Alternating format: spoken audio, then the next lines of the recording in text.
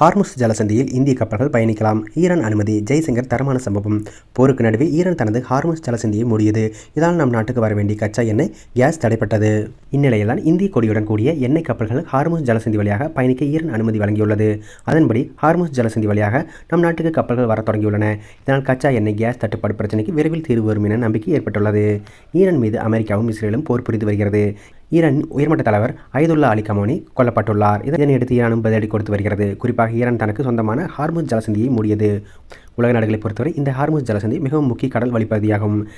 Iraq, Saudi Arabia, Qatar, Kuwait, Bahrain, ஐக்கிய அரபு Emirates உள்ளிட்ட நாடுகளுக்கு இந்த வழியாகத்தான் உணவுப் பொருட்கள் செல்லும். அதேபோல இந்த நாடுகளில் இருந்து கச்சா எண்ணெய், கேஸ் வர்த்தகம் இந்த பாதை வழியாகத்தான் நடக்கும். இன்னும் சொல்லப்போனால் உலகளவில் நடக்கும் கச்சா எண்ணெய், கேஸ் வர்த்தகத்தில் 20% இந்த ஹார்முஸ் ஜலசந்தி வழியாகத்தான் நடக்கும். இந்தியா, சீனா உட்பட பல நாடுகளுக்கு இந்த ஹார்முஸ் ஜலசந்தி வழியாகத்தான் அரபு நாடுகளிலுமிருந்து கச்சா எண்ணெய், கேஸ் உள்ளிட்டவை வரும். ஈரான் இந்த பாதையை மூடியுள்ளதாலும் மீறி பயணத்தால் கப்பல்கள் மீது தாக்குதல் நடத்துவதாகவும் கூறியதால் தான் நம் நாட்டுக்கு கச்சா எண்ணெய், கேஸ் சப்ளை பாதிக்கப்பட்டுள்ளது. இதனால் நம் நாட்டுக்கு தட்டுப்பாடு ஏற்பட்டுள்ளது. இந்த நிலையில்தான் மத்திய வெளியுறவுத்துறை அமைச்சர் ஜெய்சங்கர் மற்றும் ஈரான் வெளியுறவுத்துறை அமைச்சர் அப்பாஸ் அரக்சி ஆகியோரிடையே நேற்று இரவு பேச்சுவார்த்தை நடத்தப்பட்டது.